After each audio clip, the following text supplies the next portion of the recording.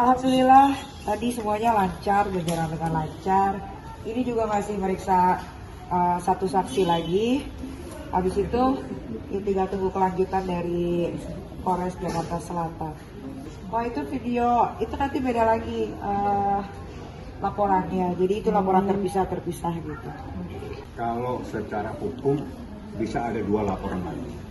Yang jelas satu laporan terkait perlindungan anak, satu lagi terkait undang-undang ITE, tapi kami belum laporkan.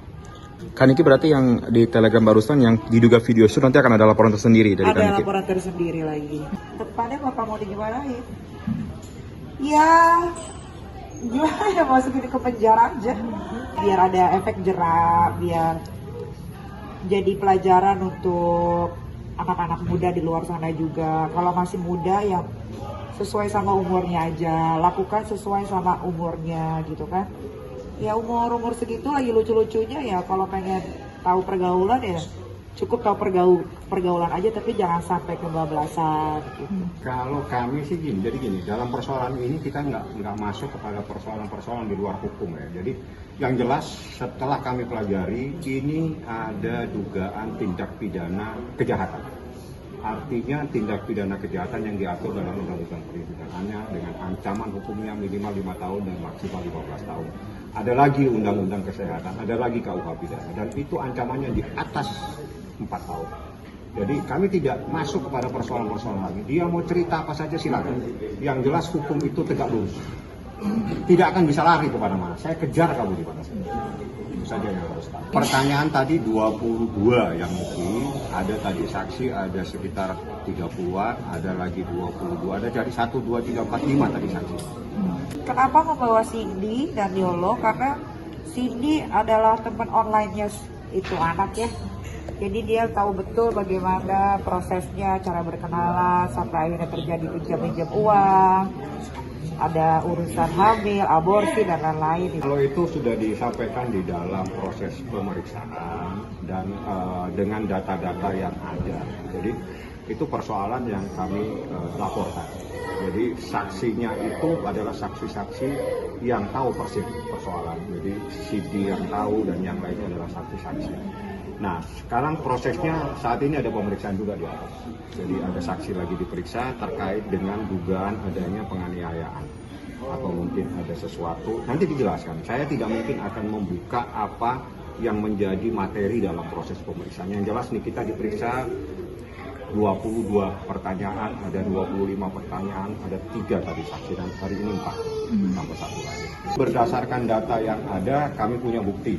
Bukti itu harus di-cover dengan bukti yang lain. Dan itu menjadi materi proses pemeriksaan. Dan unit PPA ahlinya di bidang ini. Bagaimana dalam memproses dugaan terkait tindak pidana ini. Karena gini, apapun yang terjadi ini ada anak di bawah umur dan tunduk pada Undang-Undang Perlindungan Anak. Anak yang di bawah umur menjadi tanggung jawab orang tuanya, sehingga orang tuanya punya hak untuk melaporkan. Dan ini pembelajaran buat semua. Jangan takut membuat laporan di kantor polisi untuk melindungi anak sendiri. Begitu nih guys. Kan mungkin akan mendampingi LM lagi secara langsung atas kasus ini kan Niki? Ya pasti kalau diminta ya pasti hadir. Kalau diminta pasti mendampingi. Dibilang nggak peduli anak segala macam, tapi jadi bukti akhirnya kan Niki sebenarnya sebagai ibu punya insting juga untuk melindungi.